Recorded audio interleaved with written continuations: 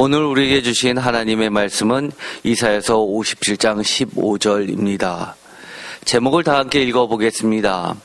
지극히 높고 존귀하며 거룩한 곳에 계시는 하나님 여호와께서 은혜를 베푸시고 만나주시는 겸손하고 통회하는 낮은 마음. 아멘. 오늘의 말씀 이사야서 57장 15절 한 절이지만 사실 오늘은 제3 이사야서를 처음부터 끝까지 보는 겁니다. 그래서 좀 깁니다.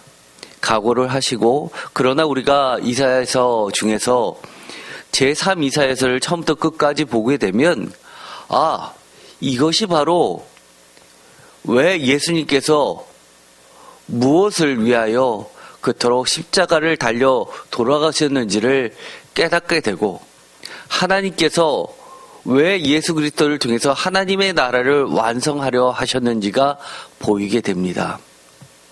오늘의 말씀을 보면 이렇게 되어 있습니다. 이사야서 57장 15절 지극히 존귀하며 영원히 거하시며 거룩하다 이름하시는 이가 이같이 말씀하시되 내가 높고 거룩한 곳에 있으며 또한 통회하고 마음이 겸손한 자와 함께 있나니 이는 겸손한 자의 영을 소생시키시며 통회하는 자의 마음을 소생시키려 함이라. 표준세 번역으로도 읽어보겠습니다. 지극히 높으신 분, 영원히 살아계시며 거룩한 이름을 가지신 분께서 이렇게 말씀하신다. 내가 비록 높고 거룩한 곳에 있으나 겸손한 사람과도 함께 있고 잘못을 뉘우치고 회개하는 사람과도 함께 있다. 겸손한 사람과 함께 있으면서 그들에게 용기를 북돋아 주고 회개하는 사람과 같이 있으면서 그들의 상한 마음을 아물게 하여 준다라고 되어 있습니다. 왜 그럴까요? 16절에 내가 영원히 다투지 아니하며 내가 끊임없이 노하지 아니할 것은 내가 지은 그의 영과 혼이 내 앞에서 피곤할까 함이라라고 말씀하고 계시기 때문입니다. 표준세 번역은 이것을 이렇게 번역합니다. 사람이 어찌 견디겠느냐라고 이야기합니다. 16절 나는 사람들과 끊없이 다투지만은 않는다. 한없이 분을 품지도 않는다. 사람에게 생명을 준 것이 나인데 내가 그들과 끊없이 다투고 한없이 분을 품고 있으면 사람이 어찌 견디겠느냐. 정말 옳으신 말씀 아닙니까? 우리 사람이 어찌 우리를 지으신 생명을 주신 분하고 끊임없이 다툴 수 있겠습니까? 우리는 견딜 수 없을 겁니다. 제3 이사야서를 지난 시간에도 했습니다. 이사야서 56장부터 66장까지를 특별히 학자들은 제3 이사야서라고 하는 이유가 있었습니다. 왜냐하면 이사야 선지자가 활동하는 시대를 제1 이사야서라고 하고 1장부터 39장까지를 다루었다면 40장부터 55장까지는 제2 이사야서라고 하면서 바벨론 포로로 끌려간 이들이 바사시대 하나님께서 기름 부음 받은 자 메시아 고레스라고 하는 자에 의해서 갑작스럽게 포로 귀환을 하게 되고 성전 재건과 성벽들이 재건됩니다. 많은 꿈과 도전을 가지고 그들이 다시 하나님의 땅으로 돌아왔는데 그들이 성전과 성벽을 재건하고 나서 자신들을 돌이켜 보니까 이게 과연 하나님의 나라 맞아? 라는 회의가 들기 시작했다고 말씀을 드렸습니다. 사실 바벨론 포로에서 돌아온 귀한 공동체들은 정말 우리가 에스더서에서 보는 바와 같이 최고위층들은 사실 돌아오지 않았습니다. 이미 거기에 자리를 잡고 많은 권력을 가지고 있고 많은 부를 누리고 어느 정도 그 이방인들과 섞여 살아도 전혀 사는데 지장 없는 자들은 사실 돌아오지 않았습니다. 그러나 제사장, 레위인들, 그리고 또 문지기들, 더 나아가서 하나님만을 바라보고 살았던 가난한 자들이 돌아왔습니다. 학개와 스가랴 선지자의 그 선지자를 통한 하나님의 음성을 듣고 하나님의 전을 건축하는 데 모든 것을 바쳤습니다. 그러자 어떤 일이 벌어졌습니까? 하나님의 꾸짖으심, 너희는 좋은 집에 살면서 내가 사는 집 여호와의 성전이 이렇게 초라하면 되겠느냐, 내 집이 없으면 되겠느냐라는 야단치심에 자신의 재산을 기쁜 마음으로 헌납하면서 하나님의 성전을 재건했습니다. 그러자 이상하게도 전 재산을 바쳐서 하나님의 나라를 재건하려고 했던 사람들은 오히려 가난하게 됐습니다. 먹을 것이 없자 자신의 몸을 팔아서 소장농이 됐는데 이미 부를 거머쥔 고위층들은 그들을 영원한 종으로 삼게 되고 결국은 회의가 일어났던 겁니다. 뭐하러 이렇게 했지? 그러자 에스라서를 통해서 우리가 발견한 제3이사에서는 이사에서 56장부터 66장까지의 새 하늘과 새 땅이 나오는 새 창조된 새 예루살렘 성전을 기대하면서 하나님께서 손으로 지은 성전이 아니라 하드웨어적 성전과 하나님의 나라가 아니라 소프트웨어적인 하나님의 말씀과 계명, 토라가 하나님의 나라를 만드는 새로운 이스라엘을 형성하는데 초점이 맞춰졌습니다. 그래서 제3이사에서의 두드러진 특징은 하나님 여호와께서 만나주시고 은혜를 베푸시는 사람들에 대해서 끊임없이 나오게 됩니다. 오늘 제가 서두에서 말씀드렸던 것처럼 어쩌면 오늘은 제3이사에서 56장에서 66장까지를 전부 읽는 거나 마찬가지입니다. 이스라엘의 차별을 받아왔던 도저히 이스라엘의 구성원에 들지 못했던 자들이 새 이스라엘의 구성원들로 들어가게 됩니다. 그것이 바로 이사야서 56장 3절에 있는 여호와와 연합한, 즉 여호와께 속한 이방인들입니다. 또 유대인들이라고는 하지만 학자들이 이야기에 전문용어로 치자면 마지널 주스라고 해서 이 유대인들이지만 유대인들의 변두리에 쫓겨난 자들, 예를 들어서 하나님을 경건하게 섬겼지만 자신들은 고자들, 예를 들어서 고아들, 병자들, 여인들은 여전히 중심에 놓이지 못한 변두리에 속한 자들이었습니다. 자신들은 하나님을 정말 신령과 진정으로 섬기기를 원하고 그렇게 살고 있는데 중심에 놓여있던 유대인들은 이들을 불경건한 사람들이라고 해서 성전에 들이지도 못하게 했었습니다. 그러자 하나님께서 선포하십니다. 이사야서 56장 3절, 여호와께 연합한 이방인은 말하기를 여호와께서 나를 그의 백성 중에서 반드시 갈라내시리라 하지 말며, 즉 차별로서 대우하지 못하게 하신다는 겁니다.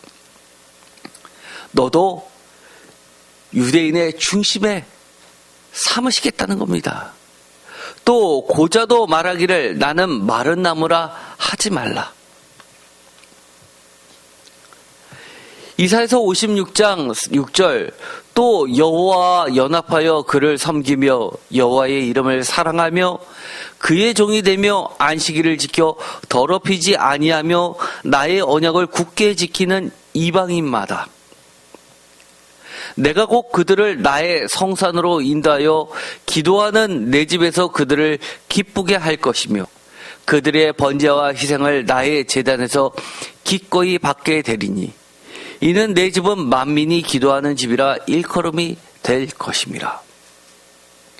이 유명한 구절 7절에 만민이 기도하는 집, 이것은 예수님께서 성전에 들어가서 성전을 청결케 하시면서 하셨던 말씀입니다.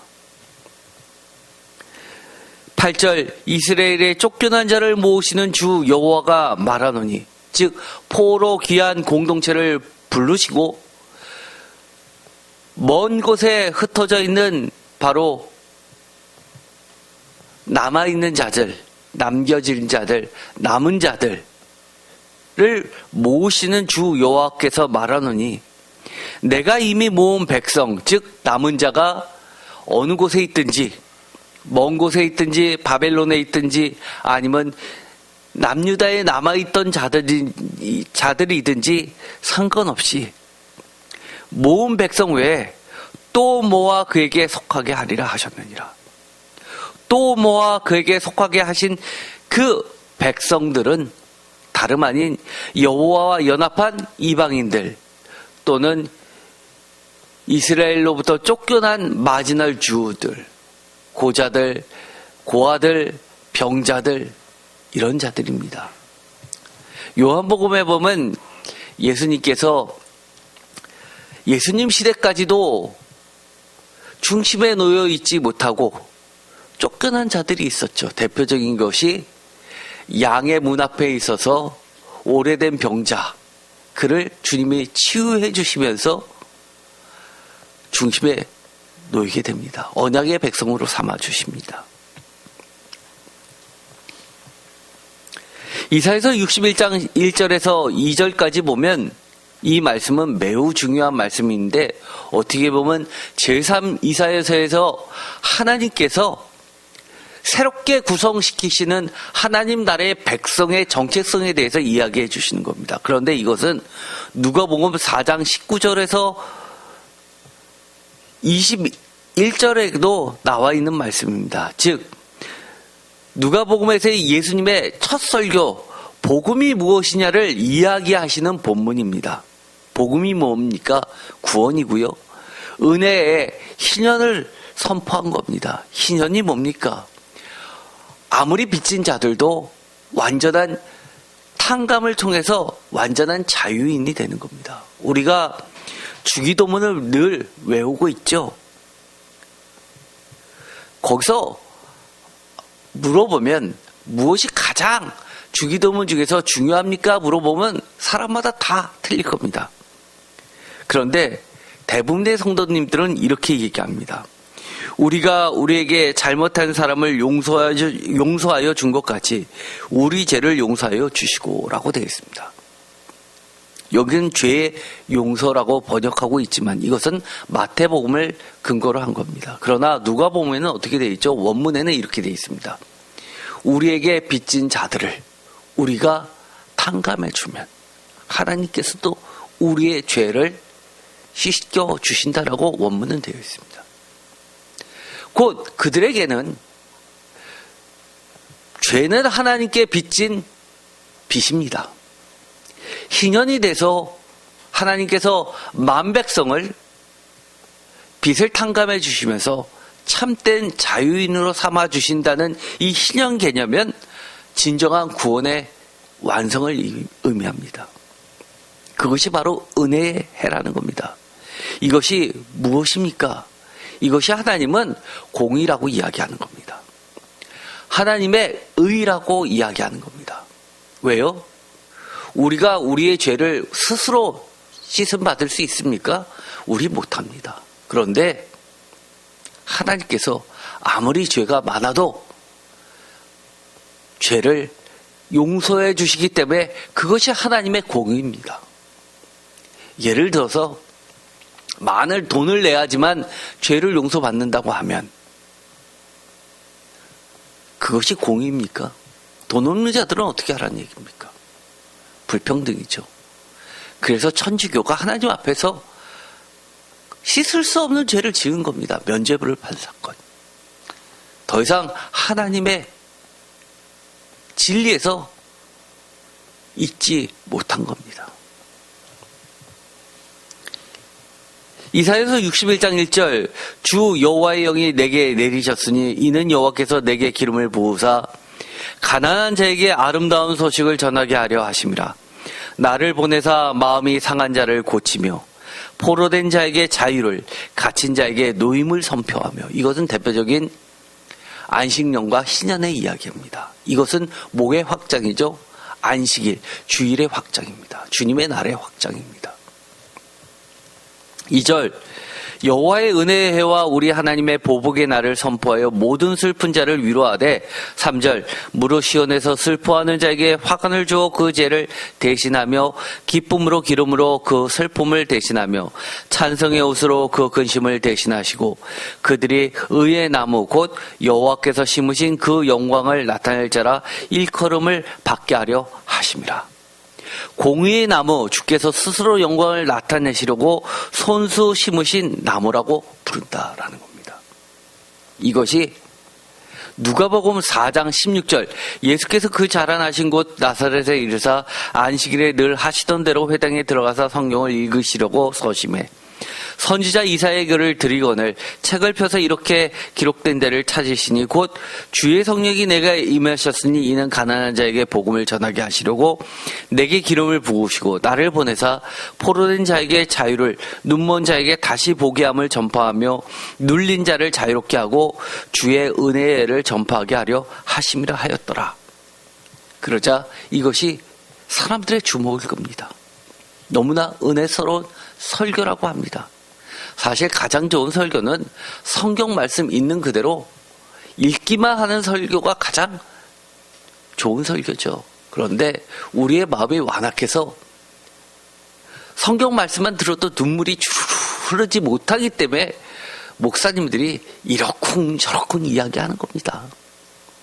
저도 설교를 하면서 늘 기도하고 조심하는 것은 하나님, 제가 설교한다고 하면서 주님의 말씀을 훼손하지 않게 해주세요라는 기도를 얼마나 많이 하는지 모릅니다.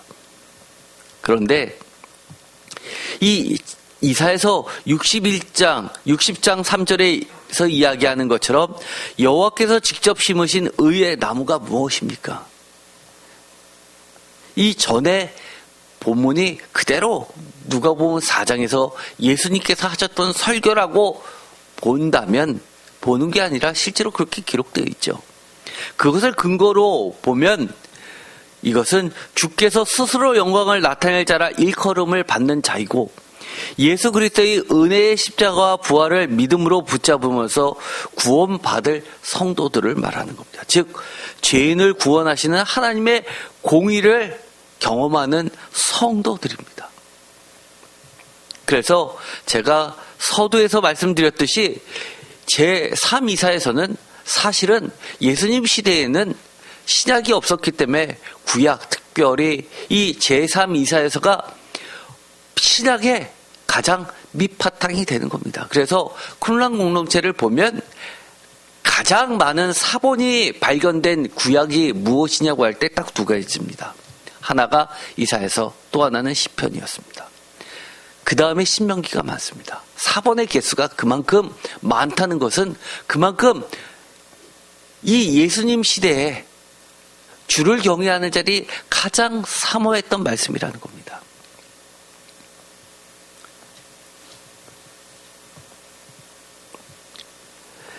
이사야서 64장 4절을 보면 이것을 이렇게 이야기합니다. 주 외에는 자기를 앙망하는 자를 위하여 이런 일을 행하신 이를 옛부터 들은 자도 없고 귀로 들은 자도 없고 눈으로 본 자도 없었나이다. 즉 예수 그리스도를 통한 하나님의 구원과 공의는 지금까지 귀로 듣거나 눈으로 보지 못했던 신비였습니다.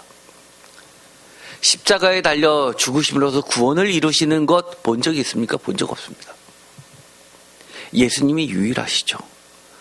십자가에 달려 돌아가심으로써 그리고 하나님께서 그를 다시 살려주시는 부활을 통해서 예수께서 그리스도가 되시고 또한 그를 믿는 모든 자들, 성도들도 부활에 참여하게 되는 것, 영원히 살게 되는 것, 이것을 그 전에도 본 적이 있습니까? 본 적이 없는 이사야서 64장 4절의 성취입니다. 이사야서 61장 6절에 보면 여호와의 제사장 하나님의 봉사자라는 말씀이 나옵니다. 이사야서 61장 6절 오직 너희는 여호와의 제사장이라 일컬음을 받을 것이라 사람들이 너희를 우리 하나님의 봉사자라 할 것이며 너희가 이방 나라들의 재물을 먹으며 그들의 영광을 얻어 자랑할 것이니라. 7절 너희가 수치 대신에 보상을 배다 얻으며 능력 대신에 몫으로 말미암아 즐거워할 것이라 그리하여 그들의 땅에서 갑절이나 얻고 영원한 기쁨이 있으리라. 8절 물은 나 여호와는 정의를 사랑하며 불의의 강탈을 미워하여 성실히 그들에게 갚아주고 그들과 영원한 언약을 맺을 것이라. 그들의 자손을 문나라 가운데 그들의 후손을 만민 가운데 알리리니 물은 이를 보는 자가 그들은 여호와께 복받은 자손이라 인정하리라.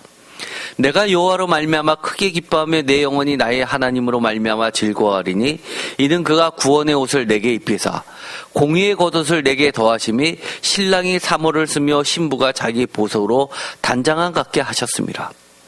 땅이 싹을 내며 동산이 거기 뿌린 것을 움트게 함같이 주 여호와께서 공의와 찬송을 모든 나라 앞에서 쏟아나게 하리라. 아멘. 여호와께 복받은 자손, 영원한 언장을 맺은 백성, 우리 하나님의 봉사자, 여호와의 제사장, 누굽니까? 이사야서 61장 6절을 보면서 유대인 아마 자신들이라고 이야기할 겁니다. 왜냐하면 여기 보면 이방 나라들의 재물을 먹을 것, 이방인이라 칭했던 것들은 유대인 외에 모든 이들을 유대인이 아닌 모든 나라들을 이방 나라라고 칭했기 때문입니다. 그러나 우리 기독교인들은 여호와의 제사장입니까? 하나님의 봉사자입니까? 맞죠? 영원한 언약을 맺은 백성입니까? 신약, 새로운 언약, 영원한 언약을 통해서 여호와께 복받은 자들 맞습니까? 네, 맞습니다. 구원의 옷을 입으셨습니까? 예, 그렇죠. 우리는 예수님의 신부입니다. 여호와께 공의와 찬송을 올려드리는 일은 저만 일어납니까? 아니면 저 땅끝까지 모든 만백성에 의해서 발생합니까? 그렇죠. 제가 나중에도 더 말씀드리겠지만 이 이방이란 개념을 다시 말씀을 드리겠습니다. 즉 여호와의 제사장 하나님의 봉사자라는 이 이사야서 61장의 이 예언의 말씀은 예수 그리스도의 증언함과 하나님의 말씀 때문에 목배임을 당한 성도들이라고 요한계시록은 이야기합니다. 우상들에게 절하지 아니하고 이마에 짐승의 표를 받지 않은 성도들을 또한 이야기합니다.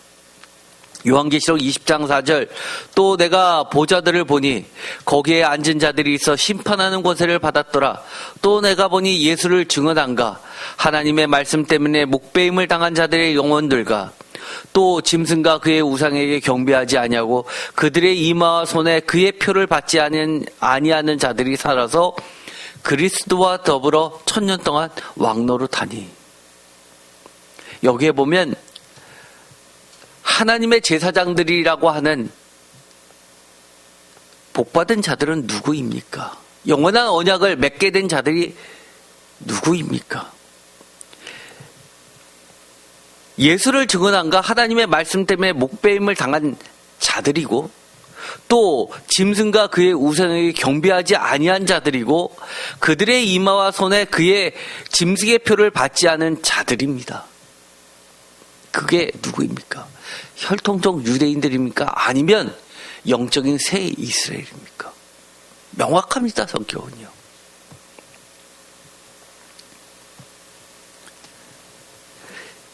그러면 또 이렇게 이야기할 겁니다. 시온과 예루살렘은 교회랑 틀리지 않습니까? 아니요.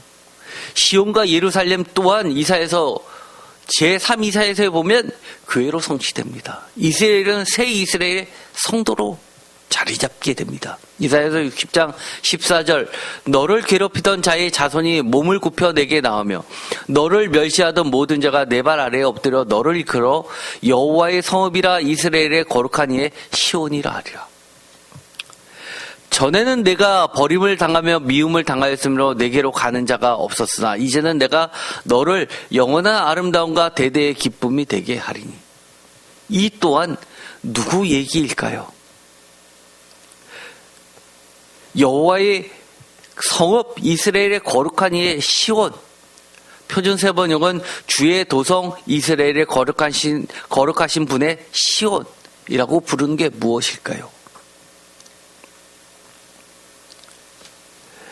제3 이사야서의 마지막이자 이사야서 66장을 이야기하죠.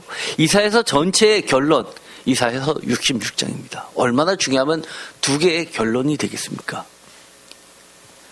이사야서 66장에는 예루살렘 성전과 새 이스라엘에 관한 예언의 말씀이 있게 되는데 66장 1절 여호와께서 이와 같이 말씀하시되 하늘은 나의 보좌여 땅은 나의 발판이니 너희가 나를 위하여 무슨 집을 지으랴.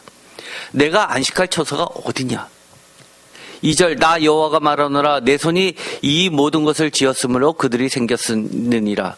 무릇 마음이 가난하고 심령에 통회하며 내 말을 듣고 떠는 자 그 사람은 내가 돌보려니와.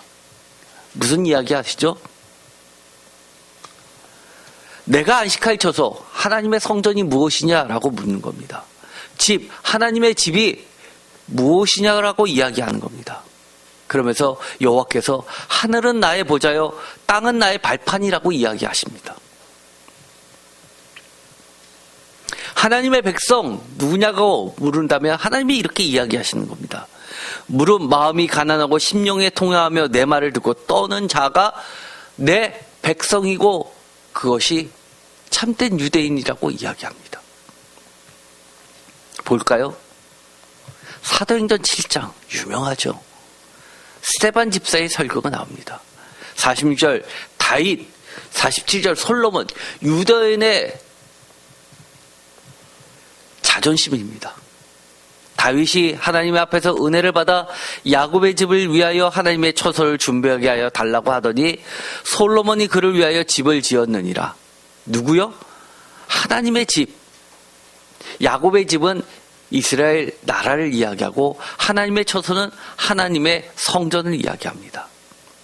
48절 그러나 지극히 높으신 이는 손으로 지은 곳에 계시지 아니하시나니 선지자가 말하마 주께서 이르시되 49절 하늘은 나의 보좌여 땅은 나의 발등상이니 너희가 나를 위하여 무슨 집을 짓겠으며 나의 안식할 처소가 어디냐. 50절 이 모든 것이 다 내 손으로 지은 것이 아니냐 한가 같으니라. 51절 목이 곧고 마음과 귀에 할례를 받지 못한 사람들아 너희도 너희 조상과 같이 항상 성령을 거스르는도다. 이 설교 때문에 스데반 집사는 순교를 당하게 됩니다. 스데반 집사님 어떤 분이죠? 바로 헬라파 기독교인 중에서 최초의 순교자가 됩니다. 7 집사 중에 한 분이죠. 영원한 새 성전이 되신 예수 그리스도와 하나님의 영이신 성령님이 내주하시는 새 이스라엘 백성인 성도, 거룩한 백성을 증언하는 최초의 이방인 순교자, 그것이 바로 스데반 집사입니다. 이 설교가 무엇을 이야기합니까? 바로 제3 이사야서에서 하나님께서 계속 이야기한 것이 예수 그리스도에 의해서 성취되고 교회를 통해서 하나님의 나라가 이루어져 가는 것을 말하고 있는 겁니다. 그러면서 제3 이사야서와 이사야서 전체의 결론인 이사야서 60장 19절에서 21절에 보면 새 예루살렘과 새 이스라엘에 대한 약속의 말씀인 요한계시록 21장 1절에서 3절, 22절에서 27절에도 반복됩니다. 하나님과 어린 양이 영원한 성전이 되시며 어린 양의 생명책에 선택한 거룩한 백성인 성도에 대해서 명확하게 하고 있습니다. 60장 19절, 이사야서 60장 19절. 다시는 낮에 해가 내 빛이 되지 아니하며 달도 내게 빛을 비추지 않을 것이요 오직 여호와가 내게 영원한 빛이 되며 내 하나님이 내 영광이 되리니 다시는 내 해가 지지 아니하며 내 달이 물러가지 아니할 것은 여호와가 내 영원한 빛이 되고 내 슬픔의 날이 끝날 것입니다. 21절 내 백성이 다 의롭게 되어 영원히 땅을 차지하리니 의롭게 된 백성, 거룩한 백성, 거룩할 성자 써서 성도 아닙니까? 그 작은 자가 1000명을 이루겠고 그 약한 자가 강국을 이룰 것이라. 때가 되면 나 여호와가 속히 이루리라. 이 말씀이 요한계시록 21장 그대로 됩니다. 1절, 또 내가 새하늘과 새 땅을 보니 처음 하늘과 처음 땅이 없어졌고 바다도 다시 있지 않더라. 21절, 또 내가 보매 거룩한 성 새 예루살렘이 하나님께로부터 하늘에서 내려오니 그 준비한 것이 신부가 남편을 위하여 단장한 것 같더라. 내가 들으니 보좌에서 큰 음성이 나서 이르되 보라, 하나님의 장막이, 하나님의 성전이 사람들과 함께 있음에, 지극히 높으신 하나님께서 지극히 낮은 사람들과 함께 거하신다고 이야기합니다. 하나님이 그들과 함께 계시리니 그들은 뭐가 되고요? 하나님의 백성이 되고 하나님은 친히 그들과 함께 계셔서. 하나님의 백성이 누구입니까? 성도입니다. 이사야서 65장 17절에도 또 새하늘과 새 땅이 나오죠. 보라, 내가 새하늘과 새 땅을 창조하나니 이전 것은 기억되거나 마음에 생각나지 아니할 것이라. 너희는 내가 창조한 것으로 말미암아 영원히 기뻐하며 즐거워할지라. 보라, 내가 예루살렘을 즐거운 성으로 창조하여 그 백성을 기쁨으로 삼고. 새 예루살렘을 창조하는 이야기는 바로 이사야 제3이사야서의 아주 중요한 주제인데, 이것은 하드웨어로 완성되는 것이 아니라 하나님의 말씀으로 완성됩니다. 19절, 내가 예루살렘을 즐거워하며 나의 백성을 기뻐하니 우는 소리와 부르짖는 소리가 그 가운데 다시는 들리지 아니할 것이며. 요한계시록에도 반복되죠. 요한계시록 21장 22절, 성 안에서 내가 성전을 보지 못하였으니 이는 주 하나님 곧 전능하신 이와 어린 양이 그 성전이십니다. 뭐가 성전이라고요? 새하늘과 새 땅의 새 성전, 새 예루살렘 성전은 다른 것이 아니라 주 하나님 곧 전능하신 이와 어린 양이 그 성전이라고 이야기합니다. 그러면서 23절, 그 성은 해와 달의 비침이 쓸데없으니 이는 하나님의 영광이 비치고 어린 양이 그 등불이 됩니다. 해와 달이 구체적으로 요한계시록에서 이렇게 이야기합니다. 하나님의 영광과 어린 양의 빛이라고 이야기합니다. 만민이 만국이 그 빛 가운데로 다니고 땅의 왕들이 자기 영광을 가지고 그리로 들어가리니 낮의 성문들을 도무지 닫지 아니하리니 거기에는 밤이 없습니다. 열려진 문의 새 예루살렘, 이사야서에서도 문이 활짝 열려져 있는 도성을 이야기하죠. 26절, 사람들이 만국의 영광과 존귀를 가지고 그리로 들어가겠고 무엇이든지 속된 것이나 가증한 일 또는 거짓말하는 자는 결코 그리로 들어가지 못하되 오직 어린 양의 생명책에 기록된 자들만 들어가리라. 문이 열려 있지만 아무나 들어갈 수 없습니다. 어떤 자만 들어간다고요? 오직 어린 양의 생명책에 기록된 자들만 들어가리라. 오직 어린 양의 생명책에 기록된 자들이 누구입니까? 우리 성도들 말고 또 있습니까? 없습니다. 부자가 들어갑니까? 아니요. 유명한 자가 들어갑니까? 혈통적 이스라엘이 들어가면? 아니요. 다 그렇지 않습니다. 만약에 그런 거를 주장한다면 아마 저는 어린 양의 생명책에서 제 이름이 삭제될 겁니다. 저희 성도님들은 한 분도 그런 분이 없기를 바랍니다. 이것은 제가 조금도 양보할 수 없는 하나님의 말씀입니다. 이사야서 62장 1절, 나는 시온의 의가 빛같이 예루살렘의 구원이 횃불같이 나타나도 시온을 위하여 잠잠하지 아니하며 예루살렘을 위하여 쉬지 아니할 것인지요. 2절, 이방 나라들이 내 공의를 무당히 다 내 영광을 볼 것이요 너는 여호와의 입으로 정하실 새 이름으로 일컬음이 될 것이며. 여호와의 입으로 정하실 새 이름으로 우리는 칭해지게 됩니다. 너는 여호와의 손의 아름다움과 내 하나님의 손의 왕관이 될 것이라. 다시는 너를 버림받은 자라 부르지 아니하며 다시는 내 땅을 황무지라 부르지 아니하고 오직 너를 헵시바라 내 땅을 뿔라라 하니 이는 여호와께서 너를 기뻐할 것이며 내 땅이 교란한 것처럼 될 것입니다. 아마 이 헵시바 뿔라라는 이 단어는 신학교로 들어가는 시험에서 가장 많이 여러 신학교에서 단골처럼 등장하는 문제이기도 합니다. 그러나 사실 이게 원어를 보면 그렇게 우리의 혼란을 줄 정도의 언어이기도 합니다. 더 읽어보겠습니다. 표준세 번역을 읽어보면 이렇습니다. 이 헵시바와 뷸라라고 나오는 이 구절은 표준세 번역은 다시는 어느 누구도 너를 두고 버림받은 자라고 하지 않을 것이며 다시는 너의 땅을 이끌어 버림받은 아내라고 하지 않을 것이다. 오직 너를 하나님께서 좋아하시는 여인이라고 부르고 내 땅을 결혼한 여인이라고 부를 것이니 이는 주께서 너를 좋아하시며 내 땅을 아내로 맞아주는 신랑과 같이 되실 것이라. 5절 마치 청년이 처녀와 결혼한 같이 내 아들들이 너를 취하겠고 신랑이 신부를 기뻐한 같이 내 하나님이 너를 기뻐하시라. 바로 요한계시록에서도 나오죠. 성도는 이 예수님의 어린 양의 신부입니다.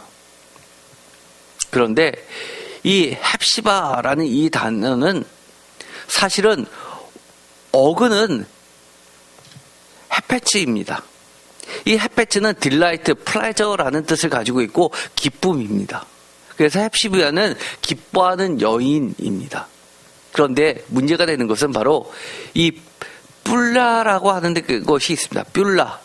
뷸라는 사실은 히브리어 어근은요 바알입니다. 바알과 아세라 할 때 그 바알이죠. 그런데 이 바알은 원래 여러 가지 뜻이 있는데 고유명사일 때는 바알은 그야말로 우상을 이야기합니다. 가나안의 그 신을 이야기하죠. 그런데 보통 명사로 될 때는 이 바알이 우상이 아니라 기본적으로 주인이란 뜻입니다. 그리고 남편이란 뜻입니다.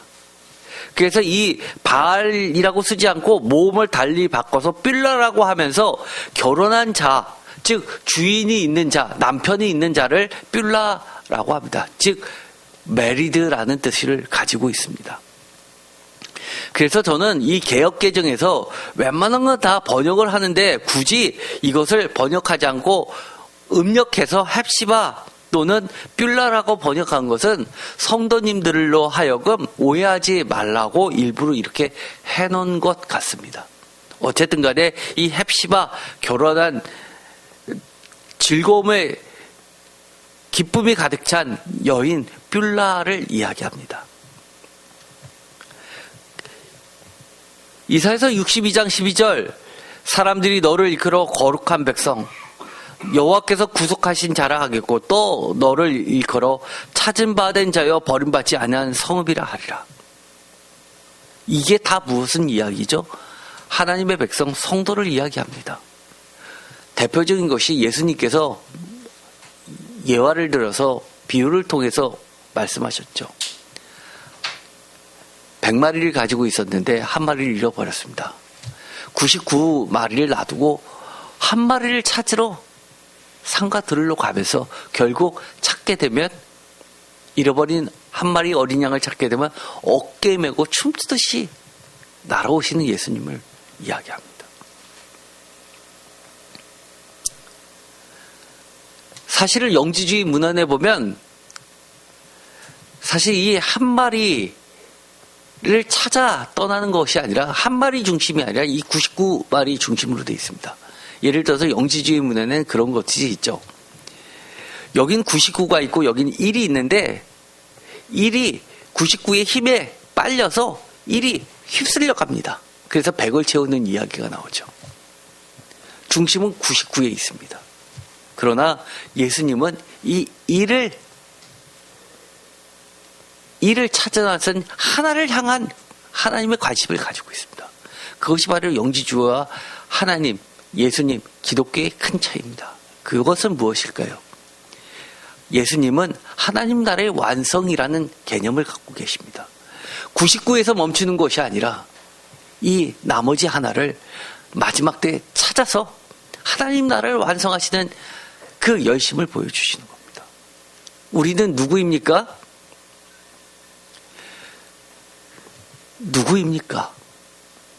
이 신천지들이 얘기하는 것처럼 14만 4천을 채우는데 지금이 뭐 12만 5천 1번이다, 2번이다, 이게 아닙니다. 우리는 모두 다 마지막 남은 한 명들입니다.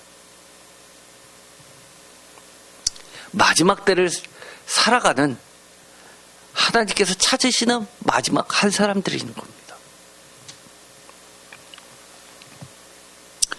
요한계시록 21장에 이 이사야서의 완성을 보여주는 것이 있습니다. 성취를 보여줍니다. 요한계시록 21장 9절, 7 대접을 가지고 마지막 7 재앙을 담은 7 천사 중 하나가 나와 내게 말하여 이르되 이리 오라. 내가 신부 곧 어린 양의 아내를 내게 보이리라. 10절, 성령으로 나를 데리고 크고 높은 산으로 올라가서 하나님께부터 하늘로서 내려오는 거룩한 성 예루살렘을 보이니. 어린 양의 아내가 성도이기도 하지만 어린 양의 아내는 교회이기도 합니다. 하나님께서 예수님을 사랑하시듯이 예수님이 교회를 사랑하듯이 그렇게 우리를 사랑해 주시는 겁니다. 하나님의 신부 새 이스라엘은 영원한 새 성전에서의 예수 그리스도의 어린 양의 신부인 교회와 성도로 바뀌는 겁니다. 성경에 이 성전과 교회가 나와 있지 않다고요? 분리되어 있다고요? 아니요. 교회와 성도는 분리되지 않습니다. 또 성전과도 분리되지 않습니다. 사도 바울은 뭐라고 이야기합니까? 우리가 교회라고 이야기합니다. 이사야서 57장 1절에 보면 이런 말씀이, 안타까운 말씀이 나오죠.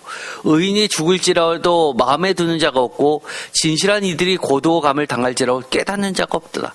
의인들은 악한 자들 앞에서 불려가도다. 표준세번을 읽어보면 더 안타깝죠. 의인이 망해도 그것을 마음에 두는 자가 없고 경건한 사람이 이 세상을 떠나도 그 뜻을 깨닫는 자가 없다. 의인이 세상을 떠나는 것은 실상은 재앙을 피하여 가는 것이다. 뭐라고요? 의인의 죽음을 깨달으라는 겁니다. 의인의 죽음은 어떤 죽음이라는 겁니까? 구원이요, 영원한 생명의 의미를 깨달으라는 겁니다. 의인은 죽어도 그것이 끝이 아니라 영원히 사는 거라고 이야기합니다.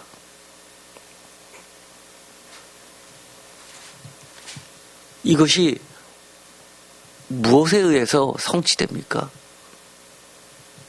신약시대에 와서 성취되는 겁니다. 이사야서 58장 9절, 내가 부를 때 나 여호와가 응답하겠고 내가 부르짖을 때는 내가 여기 있다 하리니 만일 내가 너희 중에서 멍에와 손가락질과 허망한 말을 제하여 버리고 10절, 줄인 자에게 내 심정이 동하며 괴로워하는 자의 심정을 만족하게 하면 내 빛이 흑암 중에서 떠올라 내 어둠이 낮과 같이 될 것이며 여호와가 너를 항상 인도하여 메바른 곳에서도 내 영혼을 만족하게 하면 내 뼈를 견고하게 하리니 너는 물된 동산 같겠고 물이 끊어지지 아니하는 새행 같을 것이니라. 하나님은요, 가난한 자, 멍에를 짊어진 자의 하나님이기도 하시지만 힘이 있고 높은 자라도 마음이 가난하다면 차별 없이 은혜를 부어주시는 하나님입니다. 그래서 누가복음에서는 가난한 자는 복이 있다고 하지만 마태복음에서는 심령이 가난한 자는 복이 있다고 하시는 겁니다. 하나님은 돈이 없는 자의 편이다, 저는 그렇게만 보지 않습니다. 하나님은 마음이 가난한 자의 편이십니다. 우리가 세상을 살다 보면요, 거지들도요, 얼마나 못된 거지들이 있는지 모릅니다. 얼마나 못된 거지들이 있는지 모릅니다. 심지어 가게에 거지가 들어왔습니다. 매일 들어옵니다. 주인이 매일매일 돈을 줬는데 또 들어왔습니다. 그러자 주인이 하루에 한 번씩만 들어오세요 라고 했더니 막 온갖 욕설을 다 하면서 나가면서 문을 망가뜨리고 나가는 것을 보았습니다. 가난하다고 다 착한 거 아닙니다. 또 부자라고 다 못된 것 아닙니다. 힘이 있고 높은 자라도 하나님은 누구를 찾으시냐면 마음이 가난하고 또 하나님의 말씀 때문에 떠오는 자를 찾으시는 겁니다. 그런 자를 찾으셔서 은혜를 주시고 거룩한 백성으로 새로운 칭호를 주시는 겁니다. 그 이름 거룩한 성도입니다. 또 어떤 자들입니까? 이사야서 58장 13절 만일 안식일에 내 발을 금하여 내 성일에 오락을 행하지 아니하고 안식일을 일컬어 즐거운 날이라 여호와의 성일을 존귀한 날이라 하여 이를 존귀하게 여기고 내 길로 행하지 아니하며 내 오락을 구하지 아니하며 사사로운 말을 하지 아니하며 사사로운 말 함부로 말하지 않고 내 멋대로 자신의 쾌락을 찾지 아니하는 자, 이런 자들이 안식일을 지키는 겁니다. 주일을 지키는 겁니다. 14절 내가 여호와 안에서 즐거움을 얻을 것이라 내가 너를 땅의 높은 곳에 올리고 내 조상 야곱의 기업으로 기르리라. 여호와의 입의 말씀이니라. 주 안에서 즐거움을 얻을 것이다. 땅에서 영화롭게 된다. 너희 조상 야곱의 유산을 먹고 살도록 하겠다. 누가요? 조상 야곱의 유산을 먹고 사는 자들이 누구라는 겁니까? 주님의 은혜를 간절하게 구하는 낮은 마음만이 할 수 있는 가장 기본 중의 기본이면서 돈이 없어도 누구나 할 수 있는 접근 가능한 일이 바로 주일 성수입니다. 그러면서도 정말 하기 쉬운 어려운 자들이 있죠. 하루 벌어 하루 살아만 하는 진짜 가난한 자들에게는 정말 어려운 일이기도 하고요. 또 이사야서의 말씀대로 여호와 안에서 즐거움을 찾지 않는 자들, 또 자신의 쾌락만을 쫓는 자들한테는 너무나 어려운 일입니다.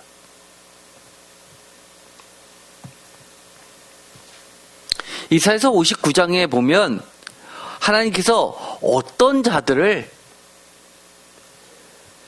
은혜를 주시냐면 9절 그러므로 정의가 우리에게서 멀고 공의가 우리에게 미치지 못한즉 우리가 빛을 바라나 어둠뿐이요 밝은 것을 바라나 캄캄한 가운데서 행함으로 우리가 맹인같이 담을 더듬으며 눈 없는 자같이 두루 더듬으며 낮에도 황혼때같이 넘어지니 우리가 강장한 자 중에서도 죽은 자 같은지라. 11절 우리가 곰같이 부르짖으며 비둘기같이 슬피 울며 정의를 바라나 얻고 구원을 바라나 우리에게서 멀도다. 어떻다고요? 바라지만 희망하지만 또 부르짖으며 슬피 울지만 애써 바라고 희망하지만 주의 구원을 받지 못하는 자들. 그런데 12절에 보면 이는 우리의 허물이 주의 앞에 심히 많으며 우리의 죄가 우리를 쳐서 증언하오니 이는 우리의 허물이 우리와 함께 있습니다. 우리의 죄악을 우리가 아나이다.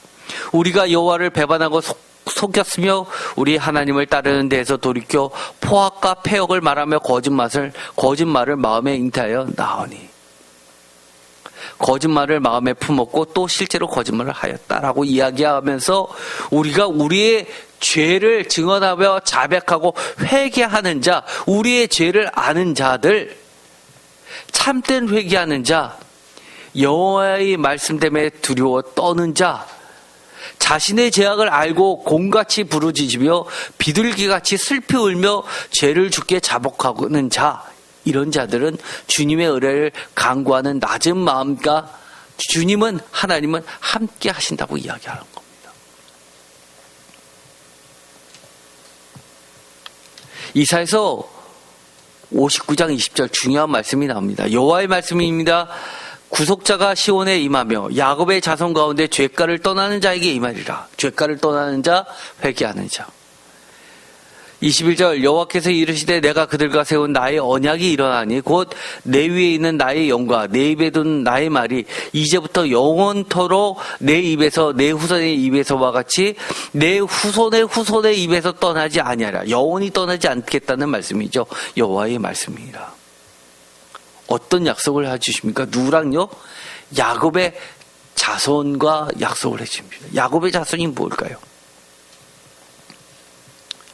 에스라 9장을 보면 바로 이 제3 이사야의 기초를 세운 에스라의 설교가 나오는데 에스라의 개혁과 영적 회개 운동에 참여한 백성들의 특징은 바로 제3 이사야서의 특징과 중요 메시지와 일치합니다. 즉 이스라엘의 하나님의 말씀으로 말미암아 떠는 자들입니다. 에스라서 9장 4절 이에 이스라엘의 하나님의 말씀으로 말미암아 떠는 자가 사로잡혔던 이 사람들의 죄 때문에 다 내게로 모여오더라. 내가 저녁 제사 드릴 때까지 기가 막혀 앉았더니 5절 저녁 제사를 드릴 때 내가 근심 중에 일어나서 속옷과 겉옷을 찢은 채 무릎을 꿇고 나의 하나님 여호와를 향하여 손을 들고 말하기를 나의 하나님이여 내가 부끄럽고 낯이 뜨거워서 감히 나의 하나님을 향하여 얼굴을 들지 못하오니 이는 우리의 죄악이 많아 정수리에 넘치고 우리의 허물이 커서 하늘에 미침입니다. 어떤 자요? 감히 나의 하나님을 향하여 얼굴을 듣지 못하고 부끄러워서 우리의 죄악을 회개하는 자입니다. 사실 예수님 시대 때에도 기도를 어떻게 드렸습니까? 벽화를 보면 다 하늘을 향해서 얼굴을 들고 두 손을 하늘로 향해서 기도했습니다. 그래서 예수님께서 마태복음을 보면 이렇게 이야기하죠. 바리새인들에게, 서기관들에게, 제사장들에게 하늘을 향해서 얼굴을 들고 기도하는 것보다 골방에 들어가서 가슴을 치면서 회개하는 자를 하나님께서 찾으신다고 이야기합니다. 바로 이 제3 이사야서의 그 주요 메시지, 에스라서의 그 말씀 앞에 떠는 자들이 사실 예수님을 통해서 명확하게 하나님의 백성으로 불려지는 겁니다. 이사야서 60장 1절 일어나 빛을 발하라 이는 내 빛이 이르렀고 여호와의 영광이 내 위에 임함이니라. 2절 보라 어둠이 땅을 덮을 것이며 캄캄함이 만민을 가리려니와 오직 여호와께서 내 위에 임하실 것이라 그의 영광이 내 위에 나타나리라. 이게 어디에 나온 말씀입니까? 60장은 이사야서 좀 전에 읽었었던 59장 마지막 절 바로 다음에 나오는 말입니다.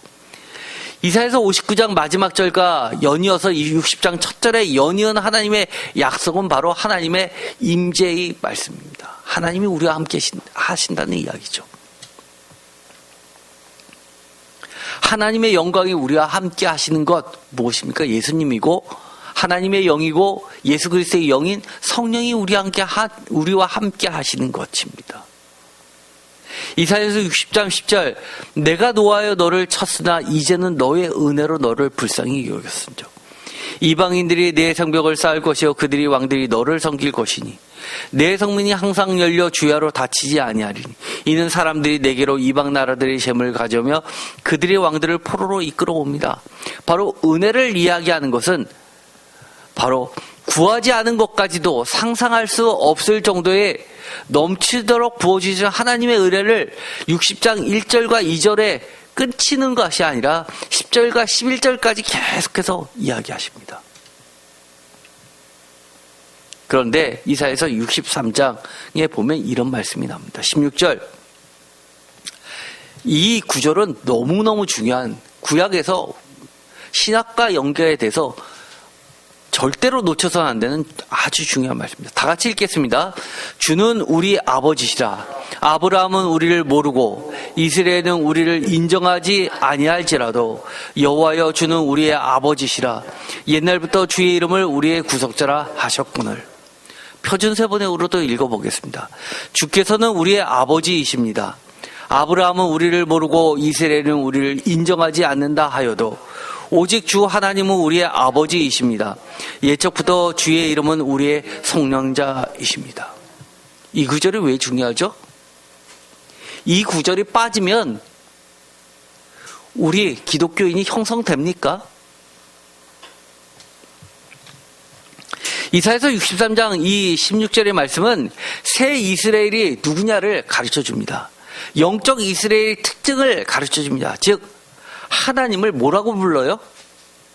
아버지라고 부르고 구원자라고 부르는 교회 공동체의 성도이자 영적인 가족 공동체를 나타내는 말입니다. 이게 구약에 있다고 유대인들이 다 이런다고요? 아니요. 천만에요. 예수님이 왜 십자가에 달려 돌아가셨습니까? 왜 십자가에 달려 돌아가셨죠? 우리의 죄 때문에 돌아가셨습니까? 당연하죠. 그러면 다시 질문을 하겠습니다. 성경책에 기록된 대로 마태, 마가, 누가, 요한복음에서 마지막 재판 때 유대인들의 최고 종교 재판 때 죄목이 뭐였습니까? 두 가지였죠. 공통적인 거. 하나는 성전을 허물겠다고 했던 그 죄요. 또 하나는 뭡니까? 신성모독죄였습니다. 신성모독죄가 구체적으로 뭐였습니까? 하나님을 뭐라고 불렀기 때문입니까? 아버지라고 부른 것 때문에 대제사장이 옷을 찢고 십자가형으로 넘겨버립니다. 그런데 우리들은 다 어떻게 합니까? 하나님을 뭐라고 불러요? 유대인처럼 아예 하나님 여호와라는 이름을 입 밖에 내지 않고 아도나이라고 부릅니까? 아니요, 우리는 아버지라고 부릅니다. 이것이 기독교의 가장 큰 특징입니다. 게다가 또 뭐라고 이야기하면 아브라함은 우리를 모르고 이스라엘은 우리를 인정하지 아니할지라도, 지금도 유대인들은요, 기독교인들이 새 이스라엘, 영적 이스라엘이라고 하면 웃기지 말라고 합니다. 인정하지 않습니다. 아브라함은 우리를 모른다고 합니다. 그러나 예수님은 뭐라고 이야기했죠? 하나님은 뭐라고 이야기했죠? 세례요한을 통해서 뭐라고 이야기하셨죠? 이 돌들로도 아브라함의 자식이라고, 자손을 만들 수 있다고 하신 분입니다. 우리가 주님을 뭐라고 이야기합니까? 우리의 구원자라고, 구속자라고 고백합니다. 제3이사야의 메시지, 새 이스라엘, 영적 이스라엘의 특징은 하나님을 아버지요 구원자라고 부르는 교회 공동체의 성도이자 영적인 가족 공동체인데요. 이것이 어느 정도로 이 신약을 꿰뚫고 있는지를 단적으로 보여줍니다. 신약의 제일 처음 뭐죠? 마태복음. 이것을 흔히 교회의 책이라고 합니다. 그런데 아버지를 검색해보면 사복음서 중에서 이 마태복음이 두드러집니다. 하나님 아버지를 모시는 가족 공동체, 이것이 바로 교회와 성도입니다. 이사야 예언의 성취, 신약 성경의 맨 처음부터 이야기하고 있는 겁니다. 예를 들어서요, 마태복음 4장 22절을 보면요, 제자를 부르시니까 그들이 곧 배와 아버지를 버려두고 예수를 따르니라. 이 아버지는 누굽니까? 혈통적 관계를 뒤로하고 영적인 가족 공동체를 구성합니다. 마태복음 5장 16절, 5장 45절, 하늘에 계신 너희 아버지의 아들이 되리니. 5장 48절, 상상순이죠. 하늘에 계신 너희 아버지의 온전하심. 아버지께 기도하라고 이야기합니다. 이 주기도문은 뭐라고 시작합니까? 하늘에 계신 우리 아버지라고 하고선 시작하는 겁니다. 우리 보고 그렇게 기도하라고 가르쳐 주셨습니다. 구약의 혈통적 이스라엘 사람들, 특별히 유대인들은 인정 못할 얘기합니다. 주기도문의 시작도 아버지요, 끝도 나라와 권세와 영광이 아버지께 영원히 있사옵나이다 하면서 끝마칩니다. 그러면서 마태복음 6장 32절에는 주님이 이렇게 이야기하시죠. 다 함께 읽어봅시다. 이는 다 이방인들이 구하는 것이라 너희 하늘 아버지께서 이 모든 것이 너에게 있어야 할 줄을 아시느니라. 이 당시에는 예수님이 누구를 향해서 이야기하셨습니까? 유대인들을 향해서 이 말씀을 하셨지만 이 마태복음 6장 32절은 지금 누구에게 이야기하시는 겁니까? 우리 기독교인들에게 하는 이야기입니다. 유대인들은 우리 기독교인들을 이방인이라고 부를 겁니다. 그러나 주님은 뭐라고 이야기하시는 겁니까? 너희 하늘 아버지의 가족이 된 자 왜 나머지들을 다 이방인이라고 부르시는 겁니다. 이것이 새 이스라엘, 영적 이스라엘 성도를 이야기하는 겁니다. 천국, 하나님 나라. 마태복음 7장 21절에는 하늘에 계신 내 아버지의 뜻대로 하는 자라에 들어간다고 이야기합니다. 우리가 늘 성령님께 기도하죠. 마태복음 7장 11절 너희가 악한 자라도 좋은 곳으로 자식에게 줄 줄 알거든 하며 하늘에 계신 너희 아버지께서 구하는 자에게 좋은 곳으로 주시지 않겠느냐. 이 좋은 것이 나중에는 뭘로 바뀝니까? 성령을 이야기하는 것으로 바뀌게 됩니다.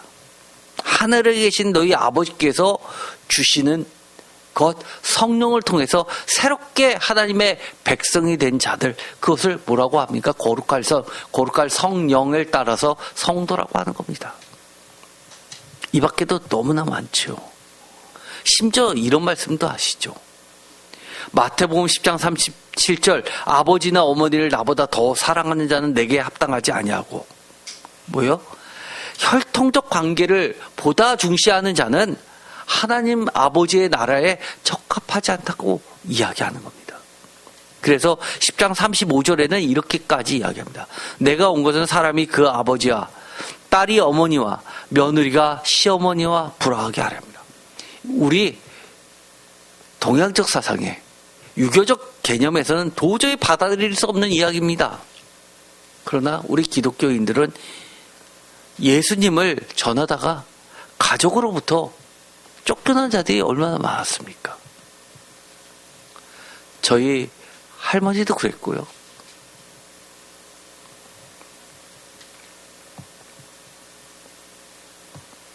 그러면서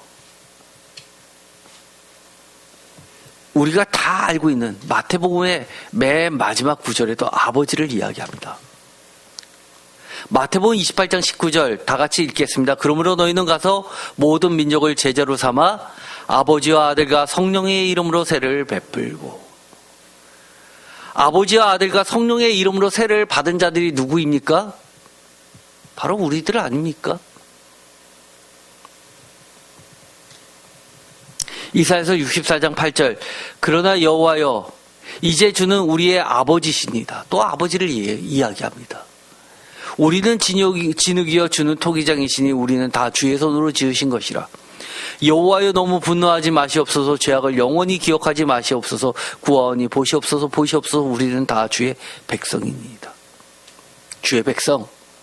히브리서에서는 이렇게 이야기합니다. 유대교의 제사는 다 뭐라고 합니까? 반복해야지만 되는 거라고 이야기합니다.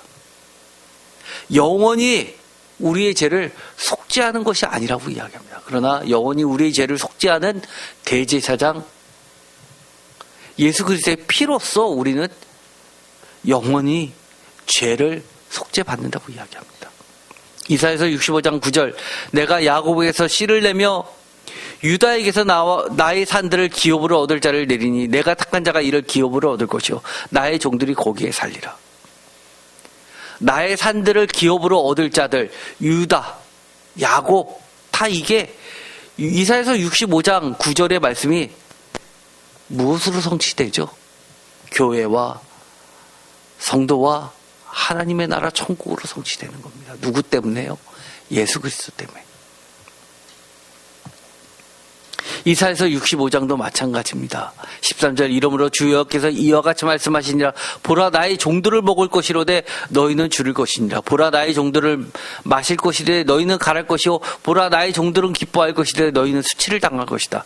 보라 나의 종들은 마음이 즐거움으로 노래할 것이로되 너희는 마음이 슬픔으로 울며 심령이 상함으로 통곡할 것이다.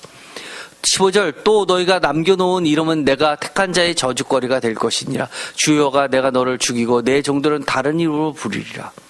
이름으로 땅에서 자기를 위하여 복을 구하는 자는 진리의 하나님을 향하여 복을 구할 것이요 땅에서 맹세하는 자는 진리의 하나님으로 맹세하리니 이는 이전 환난이 잊혀졌고 내 눈앞에 숨겨졌습니다.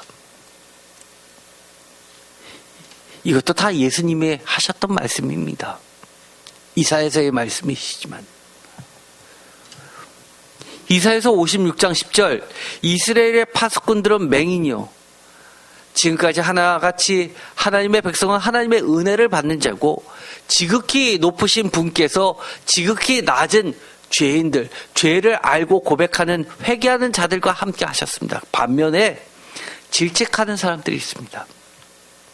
누굴까요? 이사야서 56장 10절, 이스라엘의 파수꾼들은 맹인이여 다 무지하며 벙어리 개들이라. 짖지 못하며 다 꿈꾸는 자들이여 누워있는 자들이여 잠자기를 좋아하는 자들이니. 11절, 이 개들은 탐욕이 심하여 족한 줄을 알지 못하는 자들이요 그들은 몰지각한 목자들이라. 다 제 길로 돌아가며 사람마다 자기 이익만 추구하며 오라 내가 포도주를 가져오리라. 우리가 독주를 잔뜩 마시자. 내일도 오늘같이 크게 넘치리라. 더 실컷 마시자라고 이야기합니다. 어떤 자들이요? 이스라엘의 파수꾼들, 벙어리 개들, 탐욕스러운 개들이라고 부르는 몰지각한 목자들. 다 뭡니까? 회개할 줄 모르는 자들. 그저 하나님은 관심이 없고 탐욕만을 채워주는 하나님으로 하나님을 우상시한 자들입니다. 요즘에 안타까운 것은 이처럼 짖지 못하는, 짖을 줄 모르는 개들, 짖을 줄 모르는 파수꾼들이 넘쳐나는 것 같아서 안타깝습니다. 잠자기를 좋아해서 깨어있지 못하는 자들. 요즘에 많은 교회들이 축복만을 강조합니다. 교회 나오면 복 받는다고 하죠. 야단치는 말, 하나님이 싫어하시는 말, 회개하라고 돌아오라고 이야기하는 말 잘 못합니다. 위로하는 말만 하지요. 하나님은 이런 교회들을 향해서 맹인이요 벙어리 개들이라고 이야기합니다. 탐욕이 심해서 족한 줄을 알지 못하는 개들이라고 이야기합니다. 낮은 마음을 모르는 몰지각한 목자들이라고 이야기하고 종교를 이용하는 자들이라고 이야기할 뿐입니다. 이사야서 58장 1절, 크게 외치라. 목소리를 아끼지 말라. 내 목소리를 낫발같이 높여 내 백성의 그들의 허물을, 야곱의 집에 그들의 죄를 알리라. 지저대라는 겁니다. 깨어서 외치라는 겁니다. 뭐를요? 허물과 죄를. 왜요? 회개하라는 겁니다. 그들이 날마다 나를 찾아 나의 길 알기를 즐거워함이 마치 공의를 행하며 그의 하나님의 규를 저버리지 아니한 나라 같아서 의로운 판단을 내게 교하며 하나님과 가까이 하기를 즐거워하는더라.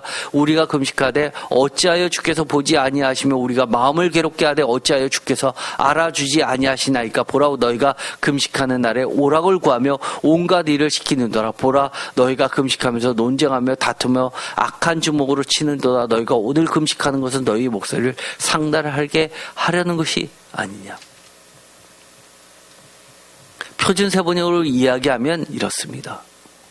목소리를, 그들이 마치 공의를 행하고 하나님의 규례를 저버리지 않는 민족이나 되듯이 날마다 나를 찾으며 나의 길 알기를 좋아한다. 그들이 무엇이 공의로운 판단인가를 나에게 묻고 하나님께 가까이 나가기를 즐거워한다고 주장하는 자들, 주께서 보시지 않는데 우리가 무엇 때문에 금식을 합니까? 주께서 알아주시지도 않는데 우리가 무엇 때문에 고행을 하겠습니까?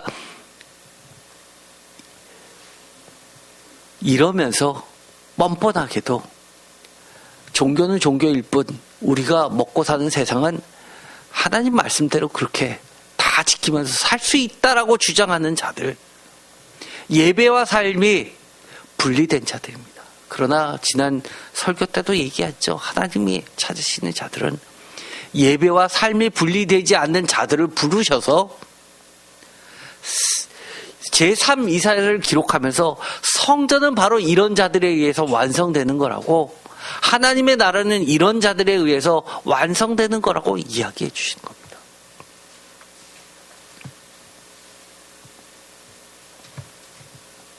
하나님이 만나시려 해도 만날 수 없는 포악한 죄인들, 이런 자들을 하나님께서는 여전히 질책하십니다.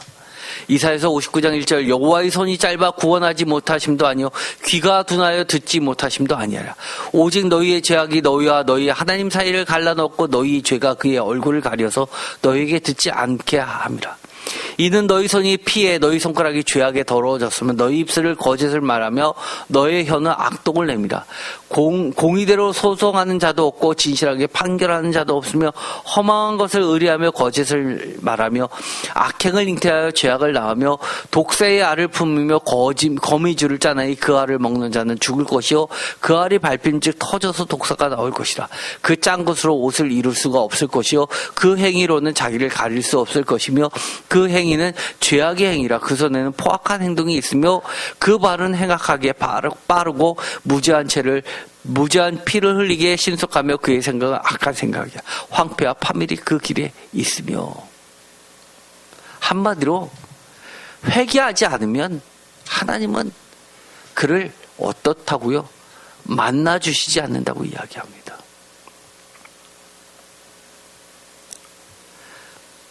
하나님은 그러나 만나주기를 원하시면서 끝까지 은혜를 베푸시기를 원하신다고 지금 우리가 사실은 중간중간 읽었지만 제3이사야서를 처음부터 끝까지 다 읽은 겁니다. 매장 빠지지 않고 읽은 겁니다.